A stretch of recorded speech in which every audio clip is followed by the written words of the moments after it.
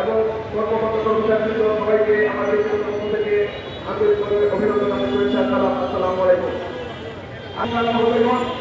এবং শিক্ষা অধিদপ্তর কর্মকর্তা কর্মচারী কল্যাণ পরিষদের দীর্ঘ 31 বছরের বৈষম্যের শিকার যে সকল কর্মকর্তা কর্মচারীর পদোন্নতি বঞ্চিত, তারা এখন নিয়োগ বিধি সংশোধন করব তাদের ন্যায়সঙ্গত অধিকারের জন্য এই মানববন্ধন অবস্থান কর্মসূচি পালন করতে যাচ্ছে।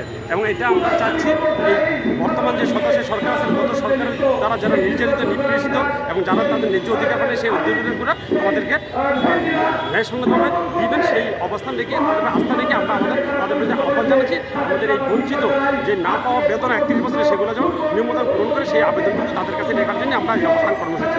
এবং আমরা এই অবস্থান কর্মসূচির পরে আমরা মাননীয় মহাপরিচালক মহোদয়ের কাছে যাব, ওনাকে আমাদের যে দাবি দাবাগুলো আছে এটা লিখিত আকারে জানাবো, এগুলো সুস্থ ব্যবস্থা করার জন্য প্রয়োজনীয় ব্যবস্থা নেওয়ার জন্য তাকে অনুরোধ জানাবো। ধন্যবাদ।